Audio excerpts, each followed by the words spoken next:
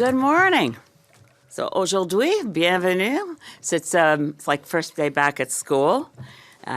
It's actually, believe it or not, good to be back. Je m'appelle Elizabeth May, chef du Parti vert du Canada, avec moi mon collègue et autre député vert, Mike Morrice, l'honorable député de Kitchener Centre. We wanted to highlight the things that we'll be pursuing in the fall session of Parliament. There are many. I'll briefly set out a couple, pass it over to Mike, and then we're open for any questions you may have. Nous sommes disponibles pour les questions en anglais ou en français. Climate. We've had another summer of loss of property, devastating forest fires, heat domes, flooding. It's become, I hate to say it's almost expected that we look at summer and think, oh, here comes forest fire season, here comes smoke. We're not prepared. It's draining provincial budgets, British Columbia in particular, the amount of money spent, billions of dollars of repairs to infrastructure ongoing from the atmospheric rivers of fall 2021. We want to see action on climate. This Friday, some of the amendments that I'll be putting forward at third reading on Bill C-33 to accelerate the moment that we follow through on a Liberal campaign promise to ban the export of thermal coal. These are amendments I'll be bringing forward to Bill C-33. Bill C-33 is a bill I really want to see all the way through the House and the Senate before an election. It's a bill that was put forward when the Minister of Transportation was Omar Al-Gabra. It's been around for a while. It deals with rail safety and restrictions on the powers of port authorities that are a big issue in my community and in my riding.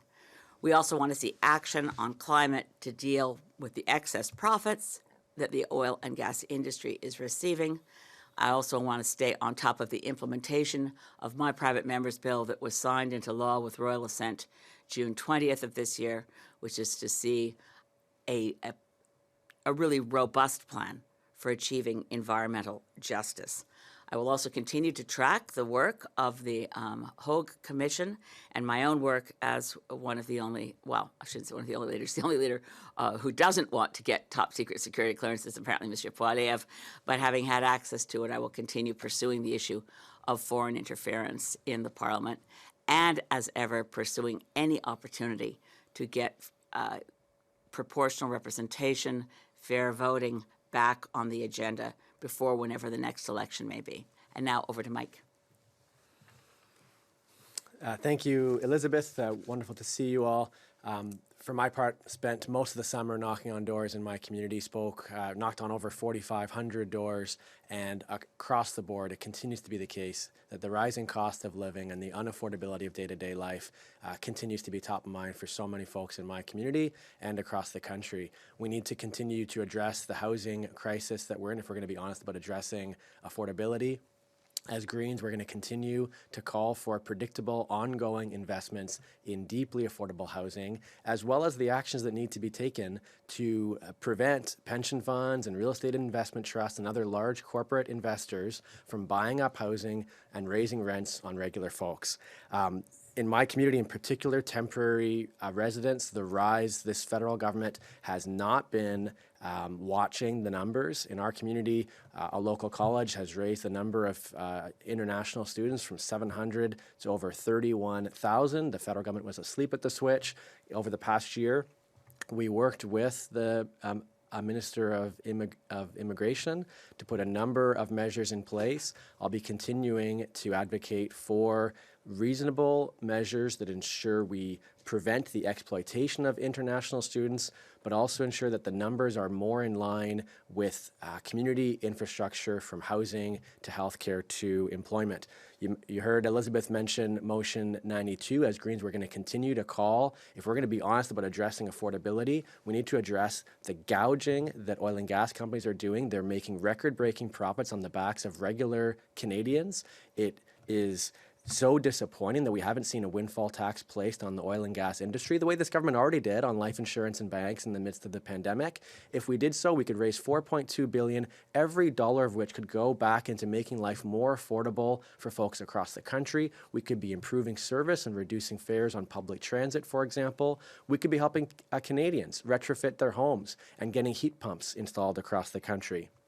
As Greens, we're going to also continue to call for the government to follow through on promises made in recent years. That includes promises made to communities like mine to build two-way, all-day GO train service from Kitchener to Toronto.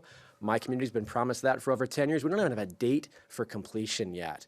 This government should be calling for accountability from provinces and territories to follow through on important community promises like that one. I'm going to be continuing to advocate for funding for the arts. Elizabeth and I both have been working across party lines in recent months to ensure there's better geographic distribution of funds. Communities like mine are getting $3 a person, while others are getting upwards of $21 a person. It adds up to a $9 million shortfall, and artists and creatives and arts organizations in my communities and others are hurting as a result. We need to see fair distribution. Finally, no doubt, Greens are going to continue to call for the federal government to fix the Canada Disability Benefit. They promised and they raised the hopes of folks with disabilities across the country when they promised the supplement that would lift hundreds of thousands of working age folks with disabilities above the poverty line. They disappointed the disability community with their announcement from the budget back in the spring. As Greens, we're going to continue to call for this government simply to follow through on what they promised and fix the Canada Disability Benefit. I'll pass it back to Elizabeth now for any questions. Merci. Thanks, Mike. And of course, because there's a British Columbia election as well, I've been knocking on a lot of doors too. And I just finished a round of 9 community meetings in the Saanich Gulf Islands. It's not a big geographical region when you look at it on a map, but I've got 5 small islands where transportation is difficult to get to meetings with their MP. And so I hold 5 meetings on each of the islands in my riding and 4 locations on the peninsula. I never meet with constituents that we don't hear the top of mind issues you've just heard from Mike as well. Healthcare crisis, housing inaccessibility, inaffordability, and the Canada Disability Benefit questions across Canada that we hear no matter where we are, because I've also been campaigning this summer in Winnipeg and Montreal. People want to see that their government works for them, and we are committed as Greens to have this Parliament work for Canadians. And with that, we're open to any questions you may have. Good morning. How does your party plan to approach non-confidence votes this sitting? One at a time. So we have not voted confidence in this government. We've not voted confidence in budgets, which are the true measurement of confidence in a government, ever since the Liberals bought the Kinder Morgan pipeline. And then it's not, to use the word waste is an understatement, but to spend $34,000 million, I sometimes say it like that because I think billion just goes over people's head like another variation of million. But $34,000 million hits home. $34 billion to build the Trans Mountain Pipeline, which is still opposed by sovereign First Nations governments along the route, opposed by my constituents, opposed by British Columbians, opposed by the government of Washington State. It's a dangerous project that the government backed fully with public dollars. So we haven't, as Greens, voted confidence in Trudeau's administration ever since that happened. Mr. Poilievre and this current round of, I sometimes find it Shakespearean, you know, full of sound and fury signifying nothing. You have to be able to count, and there's the block seats plus the Liberal seats, or in another iteration with a different vote. It could be the NDP votes with the Liberal votes. Mr. Poilievre doesn't get an election just because he has a slogan that rhymes. It doesn't add up to a responsible decision. So we might, find ourselves voting non-confidence. But before we commit to what we're going to do with Mr. Poilievre's motion, we have to read it. And based on what you heard from Canadians over the summer, do you think that there should be a federal election this fall? No. I'll tell you why. What I hear from Canadians is that they don't like stupidity. They don't like partisan politics for the sake of being hyper-partisan. It was under Stephen Harper that I think it was viewed universally as a good thing for Canadian democracy to have a fixed election date, to reduce the game playing around we're going to call a snap election, we've decided we want it. We know that governments and politicians look at the polls and decide this is our chance. John Horgan did it in BC. It's across party lines. He was NDP. Doug Ford does it in Ontario, okay. But the fixed election date was put in place in order to provide certainty for things that really matter, like getting through a legislative agenda. The first prime minister to bring in the fixed election date was also the first prime minister to break it, when Stephen Harper ignored his fixed election date for the 2008 election.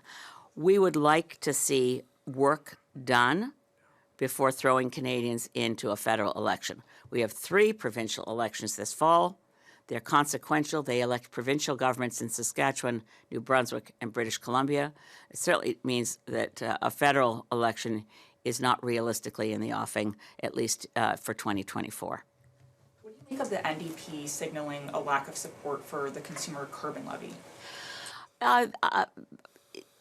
The No Discernible Principles Party, NDP. What do they stand for? How could they, and both David Eby as Premier of British Columbia and Pierre Poilievre, it's fine for Pierre Poilievre to say he doesn't listen to, excuse me, Freudian slip. It's fine for Jagmeet Singh to say he doesn't listen to Pierre Poilievre, but Pierre Poilievre's words come out Jagmeet Singh's mouth. So I shouldn't be as appalled as I am. Twice in the last year, Mike and I have voted in favor of carbon pricing when we've watched every NDP MP stand up and vote with Conservatives. That's already happened twice. But to announce that you're opposed to it, and again, this is a big problem for the NDP because they're merged federally, top-down, provincially. Greens aren't like that. Our parties we're provincial cousins across the country. We share the same values, but we don't operate top-down in that sense. But it's been clear that we could never see Mr. Singh speak out against the Trans Mountain Pipeline because it would have made the Alberta NDP angry. Mr. Singh won't speak out against a major source of greenhouse gases in fracking. Fracking releases a lot of methane. It's a powerful greenhouse gas, but as long as the BC NDP are boosting greenhouse gases through fracking, you won't hear the federal NDP speak out against it. So we look at actions of leaders of parties based on have they read the science. Does it seem that they are concerned about the climate crisis? When we go door to door, certainly in my community in British Columbia, climate comes up a lot as a major concern.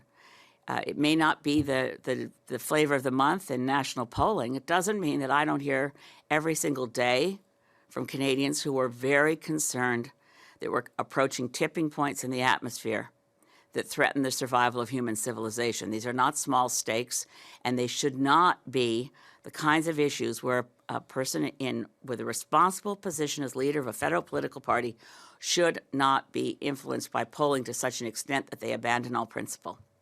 No discernible principles, Mr. Singh. So do you agree with the Conservative leader that Mr. Singh is a sellout?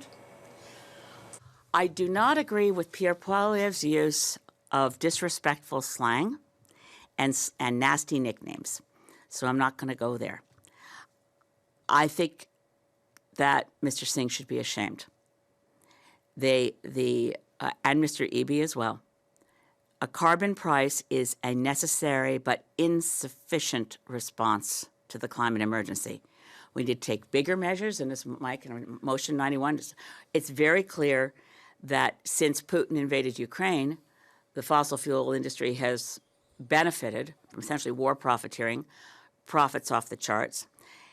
We need to make a real decision as a country whether we're serious about climate or not. So I challenge Justin Trudeau. He announced in Paris in 2015, Canada is back. How is the Canada that Justin Trudeau brought back to global negotiations different from the Canada that was there under Stephen Harper?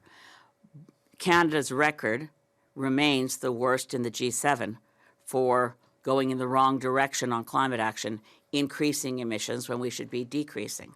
So I think I don't think the use of the term sellout is too close to Mr. Poilievre's quite unacceptable use of disrespectful nicknames. It's Trumpian, and I won't go there. Yes, of course. Elizabeth, just a brief point to add that where we agree with the NDP is the massive handouts to the oil and gas industry. They're making tens of billions of dollars in profits. And the federal government's still giving them $18 billion of our own money. As you heard from Elizabeth, we all spent $2,000 per household to expand the TMX pipeline in the midst of the climate crisis. So we agree more needs to be done to redirect those funds to regular Canadians. Where we vehemently disagree is that the reality is that the consumer carbon price continues to get more back to low-income Canadians than they pay.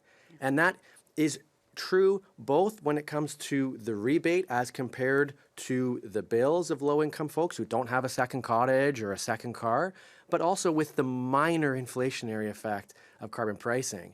Where we should be putting our time collectively is to call out that the carbon price went up 2 cents a litre last year, while the profits of the oil and gas industry went up 18 cents a litre. Shouldn't we all be united as progressives to be calling out that gouging and collectively putting pressure on the government to put in place a windfall profit tax as opposed to acquiescing to conservative talking points? That's certainly disappointing. And we'll take a question online. I have Mark Ramsey, Toronto Star. Please go ahead.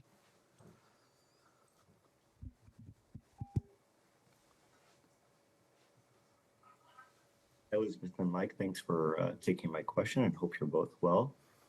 You mentioned that you're hearing from Canadians that they don't want an election this fall, and you think, politicians are looking at the polls and kind of deciding that way whether they want an election or not.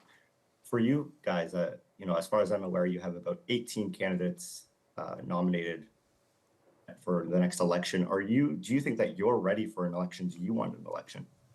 Yes.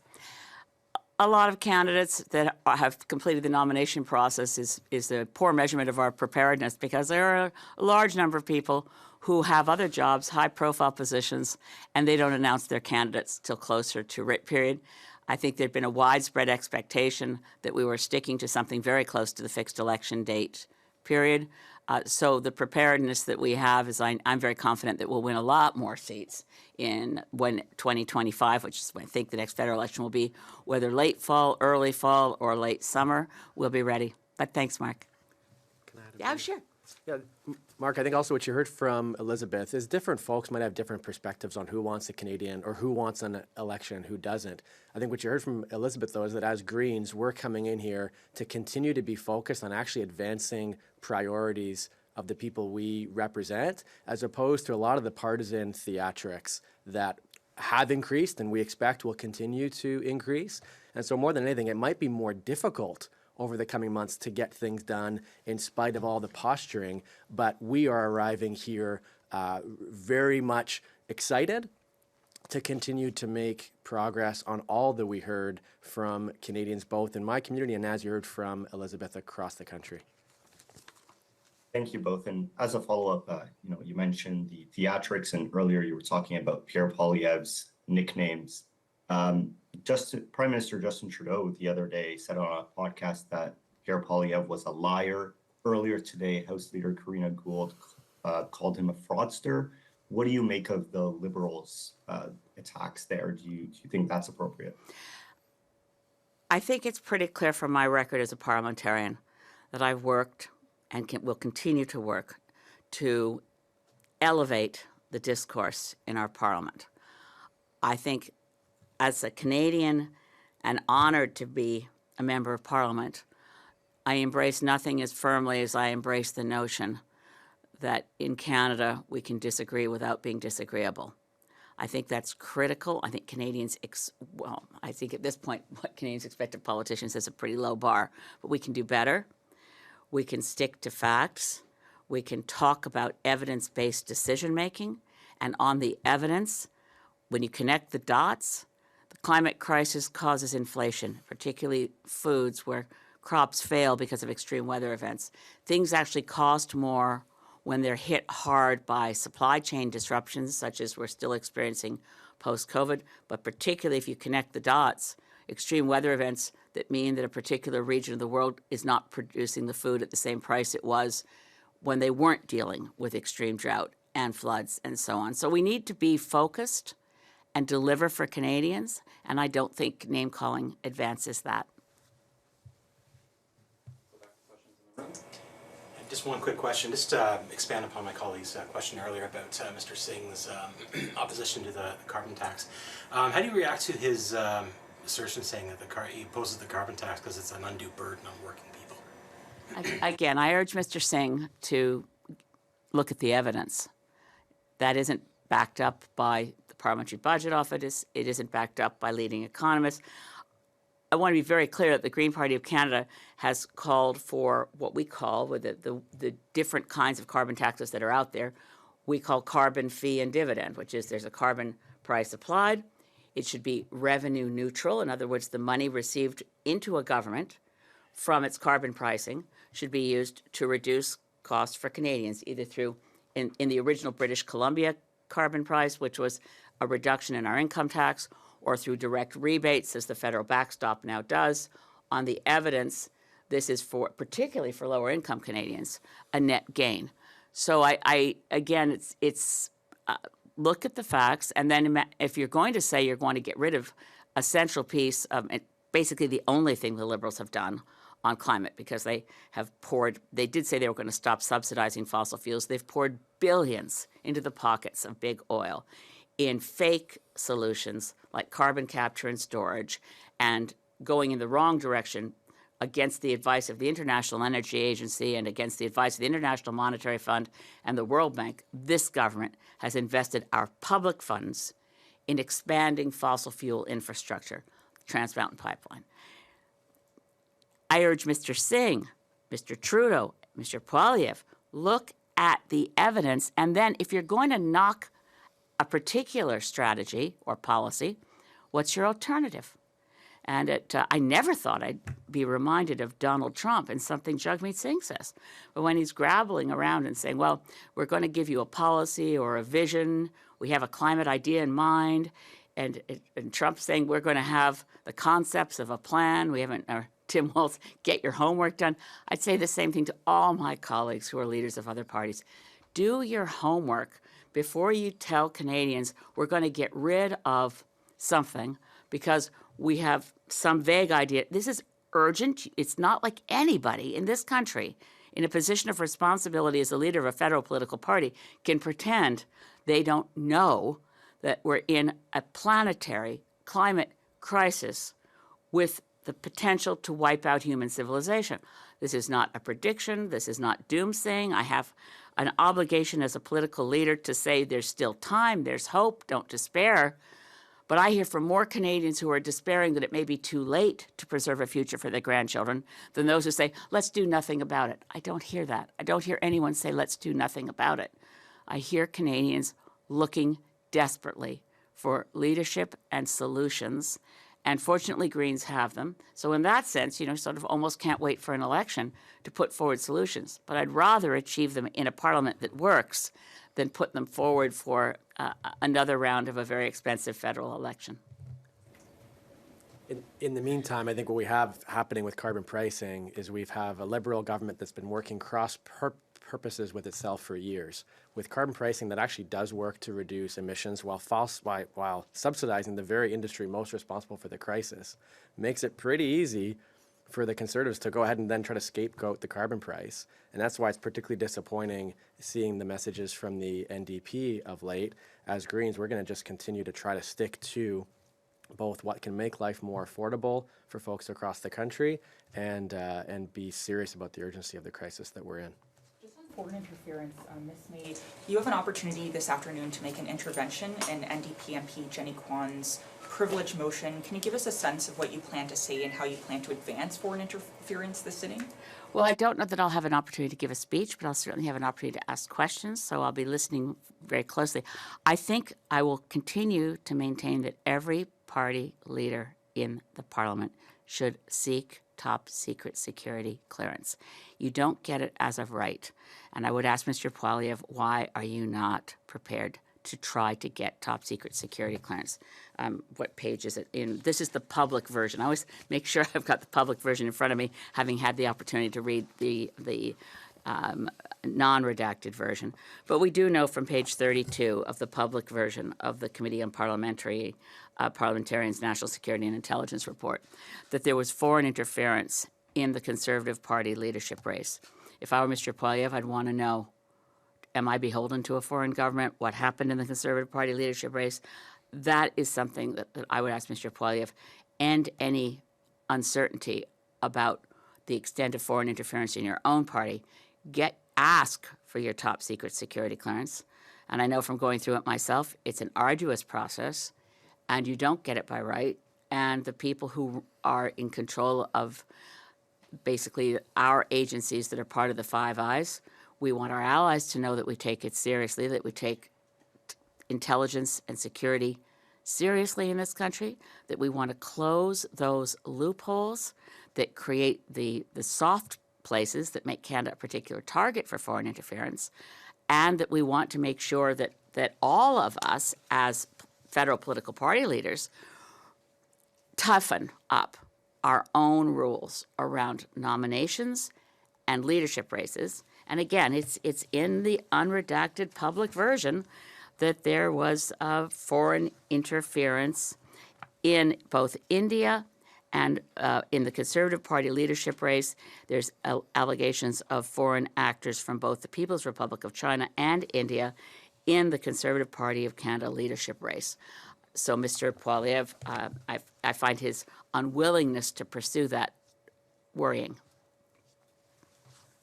Do we Thanks, have Olivia. Any more questions? That concludes this question. So nice to be back. Thanks again. Merci. À bientôt.